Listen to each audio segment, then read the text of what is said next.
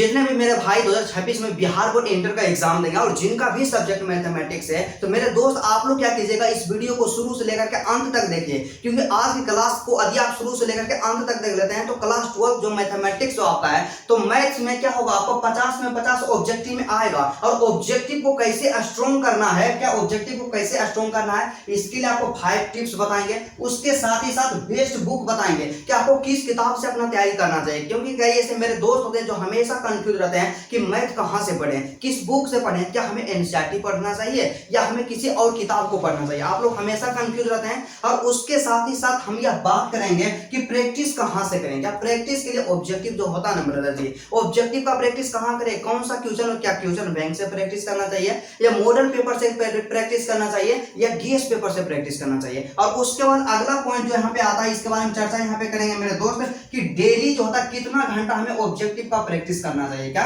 Daily कितना घंटा objective में हमें देना चाहिए, तमाम चीजों के बारे में आपको बताया जाएगा मेरे दोस्त। लेकिन उससे पहले बता दें कि मेरा नाम है संतोष और स्वागत है आप सभी का आपका अपना प्यारा सा छोटा सा एजुकेशन प्लेटफॉर्म मां शारदे टीचिंग सेंटर में। मेरे दोस्त मेरे भाई की मां शारदे टीचिंग सेंटर जो है एक ऐसा एजुकेशन प्लेटफॉर्म है जो आपको हमेशा एक सही डायरेक्शन दिखाने का प्रयास करते हैं।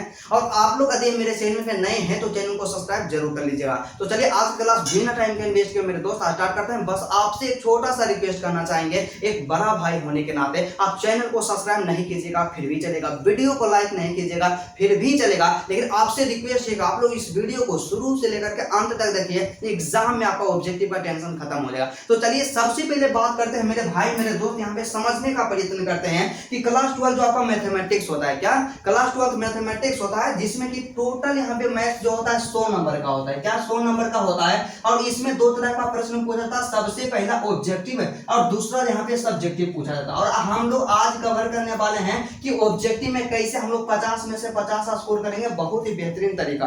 और आपको पता होना चाहिए कि क्लास 12 जो आपका ऑब्जेक्टिव होता है, इसमें जो हमारे पास ऑप्शन रहेगा ना ब्रदर जी, टोटल 100 क्वेश्चन रहेगा, क्या टोटल 100 क्वेश्चन रहेगा। और हमें सोल्व कितना करना रहेगा, तो हमें जो सोल्व करना रहेगा इसका आधा मतलब 50 क्वेश्चन को सोल्व करना रहेगा।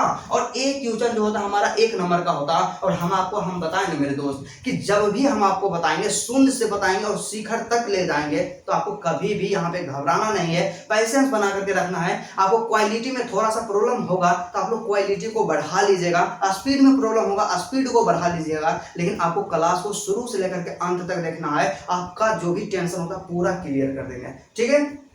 उसके बाद अगला बात करते हैं मेरे दोस्त कि ऑब्जेक्टिव आखिर कहां से पूछा जाता है, क्या ऑब्जेक्टिव कहां से पूछा जाता है, क्योंकि जब तक हमें पता नहीं रहेगा कि ऑब्जेक्टिव कहां से पूछा जाता है तब तक हम उसको कैसे इंप्रूव कर सकते हैं, कैसे बेहतर कर सकते हैं। तो सबसे पहले साधारण भाषा में हम लोग समझने का प्रयास करते हैं मेरे भाई कि ऑब्जेक्टिव जो पूछा जाता है किस किस टॉपिक से पूछा जाता है और किस जगह से ज्यादा पूछा जाता है, और यहाँ पे बात करते हैं। तो सबसे पहला आपका जो ऑब्जेक्टिव होता है, आपका जितना भी फॉर्मूला रहेगा ना, फॉर्मूला से ऑब्जेक्टिव पूछा जाएगा। उसके बाद दूसरा पॉइंट क्या होता है, डेफिनेशन से भी ऑब्जेक्टिव पूछ लिया जाता है, आपका परिभाषा से ऑब्जेक्टिव पूछ लिया जाता है। उसके बाद अगला जो होता है इसका जो भी प्रॉपर्टीज होता है, क्या किसी भी चैप्टर्स को आप लोग पढ़ते होंगे तो उसमें क्या रहता है कि सर जो आपके पढ़ाते हैं या उसमें प्रॉपर्टीज दिया हुआ रहता है, तो प्रॉपर्टीज से भी क्वेश्चन एग्जाम में पूछ लिया जाता है, तो प्रॉपर्टीज से क्वेश्चन पूछा जाता है। और उसके बाद चौथा जो क्या होता है, उसका जो भी कॉन्सेप्ट होता है, बेसिक कॉन्सेप्ट होता है, तो कॉन्सेप्ट से भी एग्जाम में क्वेश्चन पूछ लिया जाता है। तो इन तमाम चीजों से यहाँ पे एग्जाम में क्वेश्चन पूछा जाता है। और जब हमें कमी पता चल गया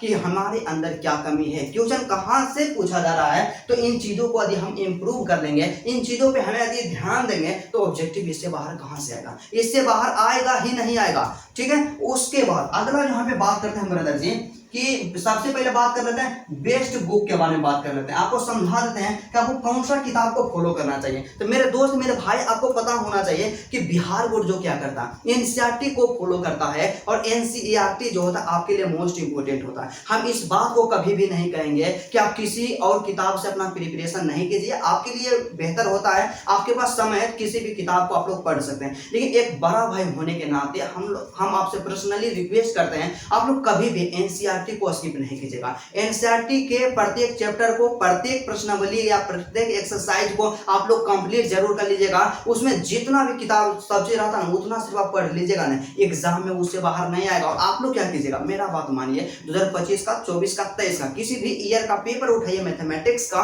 और देखिए क्या एनसीईआरटी से बाहर क्वेश्चन पूछा गया है। आप लोग ये काम नहीं कीजिएगा कि एक एक डिजिट मिलाइएगा क्वेश्चन का, क्योंकि मैथमेटिक्स में कभी सेम क्वेश्चन नहीं पूछा जाता है। आप लोग कॉन्सेप्ट देखिएगा कि क्या एनसीईआरटी से में जितना कॉन्सेप्ट दिया गया है एक चैप्टर के अंतर्गत तो उससे बाहर आया है क्वेश्चन, कभी भी उससे बाहर नहीं पूछा जाएगा। 100% लिख करके देते हैं। तो आपको एनसीईआरटी फॉलो करना चाहिए, ठीक है।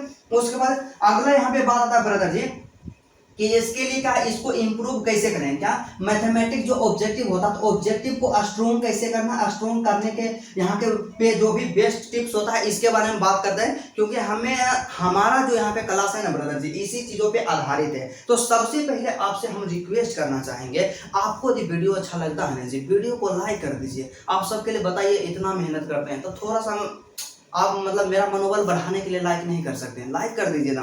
चैनल पे नए हैं तो चैनल को सब्सक्राइब कर लीजिए। जब तक आपका एग्जाम नहीं खत्म होगा ना ब्रदर जी, आपको हमेशा पढ़ाते रहेंगे। और आपके लिए इन्फॉर्मेशन एक जरूरी क्या है कि मेरा हिंदी का जो टॉपर नोट्स था ना बिल्कुल फ्री कर दिया गया है। क्या बिल्कुल फ्री कर दिया गया है, आपको किसी भी प्रकार का कोई भी पेमेंट नहीं देना होगा। तो हिंदी का कंप्लीट यहाँ पे पीडीएफ यहाँ आपको दे दिया गया है। डिस्क्रिप्शन में पीडीएफ का लिंक होगा ग्रुप का, आप व्हाट्सएप ग्रुप या टेलीग्राम ग्रुप ज्वाइन कर लीजिएगा, आपको पीडीएफ वहां से मिल जाएगा। तो बताइए आप सबके लिए हम इतना करते हैं तो थोड़ा सा तो हम पे आपको ध्यान देना चाहिए। तो चलिए आप ध्यान दीजिए या ना दीजिए, लेकिन हम तो आप पे ध्यान देंगे, ठीक है। उसके बाद अगला यहाँ पे बात आता है मेरे भाई कि ऑब्जेक्टिव को कैसे स्ट्रॉन्ग करें। इन चीजों पे आपको विशेष ध्यान देना होगा। और हम तो यह कहते हैं ना ब्रदर जी, आप लोग क्या कीजिएगा, अपना पेन निकालिए और पेपर निकालिए, जितना पॉइंट्स को बता रहे हैं उतना चीज पे आपको ध्यान देना है। और एग्जाम में एक भी ऑब्जेक्टिव आपसे छूट गया ना मेरे भाई, जो हम तरीका बताएं उसको यदि आप फॉलो कर लेते हैं तो आप जो कहिए वो हम करेंगे, ठीक है। 100% जेन्युइन तरीका बताएंगे और आपको फालतू में मोटिवेट नहीं करेंगे कि आप पहाड़ उखाड़ के फेंक दीजिएगा,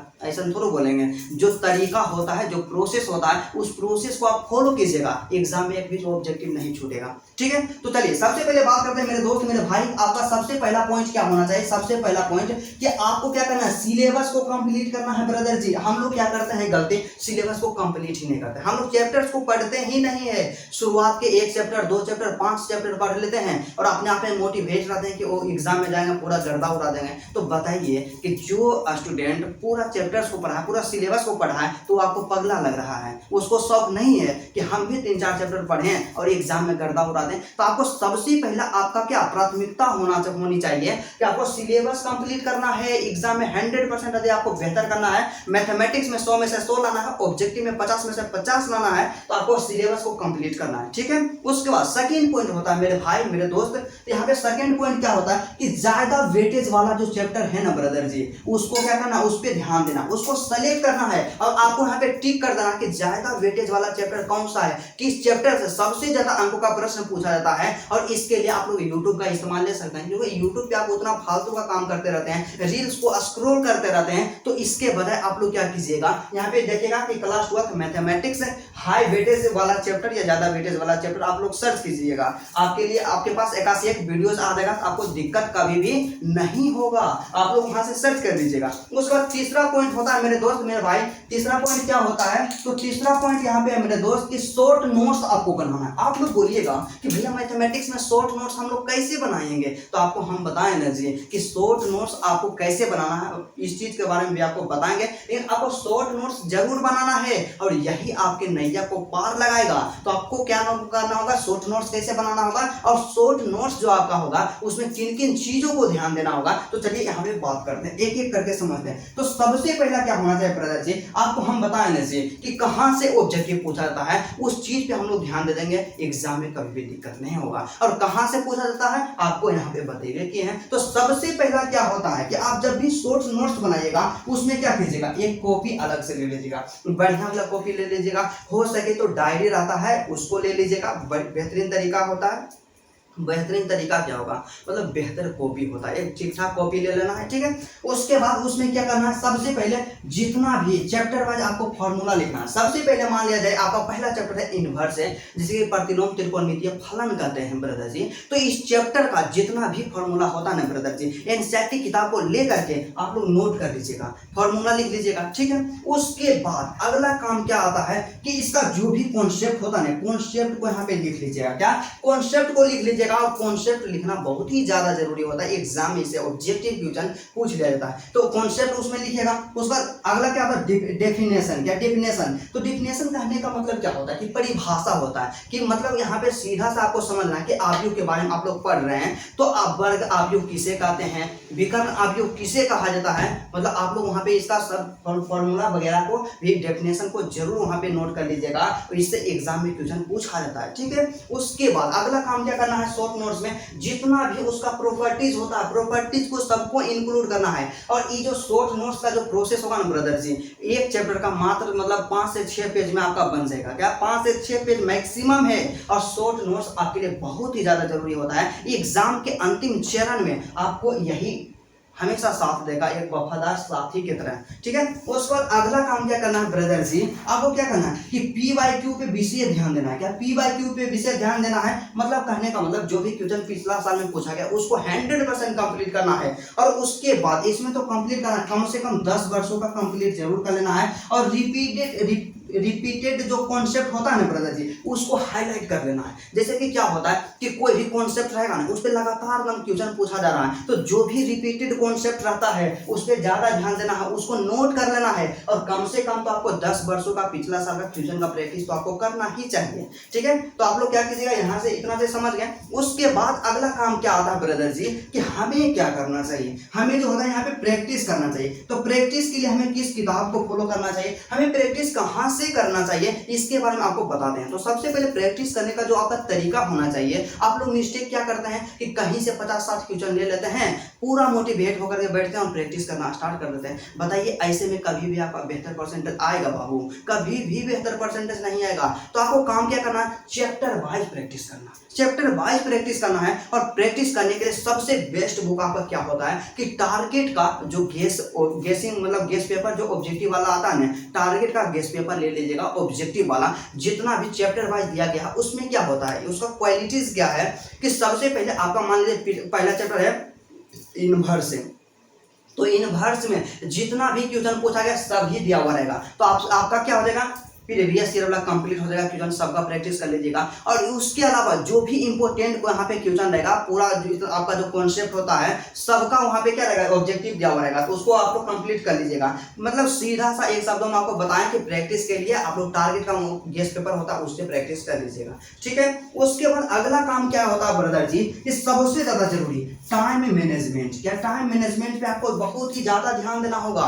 क्योंकि जब तक आप टाइम मैनेज नहीं कीजिएगा ना, एग्जाम में कभी भी बेहतर नहीं कर सकते हैं। क्योंकि आपको पता होना चाहिए कि जब भी आप एग्जाम देने के लिए जाइएगा बोर्ड एग्जामिनेशन में, तो आपके पास ऑब्जेक्टिव को सोल्व करने के लिए 1 घंटा का समय रहता है। और मैथमेटिक्स में जानते हैं 1 घंटा बहुत ज्यादा मायने रखता है। 1 घंटा में आपका जल्दी सोल्व हो भी नहीं करेगा मैथमेटिक्स, क्योंकि 1 घंटा मतलब 60 मिनट में आपको 50 क्वेश्चन को सोल्व करना है। तो मतलब थोड़ा सा तो डिफिकल्ट है ना ब्रदर जी। और जब आप प्रैक्टिस कीजिएगा, स्पीड को बढ़ाइएगा, बहुत ही मतलब यहाँ पे बेहतर हो जाएगा। तो इसलिए टाइम मैनेजमेंट जरूरी है। और टाइम मैनेजमेंट के लिए क्या होता है, स्पीड और एक्यूरेसी का होना बहुत ही ज्यादा जरूरी होता है। स्पीड में आप लोग ध्यान दीजिएगा। और जब अंत में आपका ऑब्जेक्टिव पूरा कंप्लीट होता है, चैप्टर वाइज सबको कंप्लीट कर लेते हैं, तो क्या कीजिएगा, टाइम सेट करके सेट प्रैक्टिस कीजिएगा। टाइम सेट करके टेस्ट देने का प्रयास कीजिएगा कि 1 घंटा का समय फिक्स कीजिएगा और 50 क्वेश्चन सोल्व करने का प्रयत्न कीजिएगा। मेरे भाई मेरे दोस्त, मुझे उम्मीद ही नहीं बल्कि पूर्ण विश्वास है कि आपको 100% समझ आ गया होगा कि ऑब्जेक्टिव में कैसे 50 में से 50 लाना। और जानते हैं इस तरीका को यदि आप अपना लेते हैं, एग्जाम में कभी भी आपको दिक्कत नहीं होगा।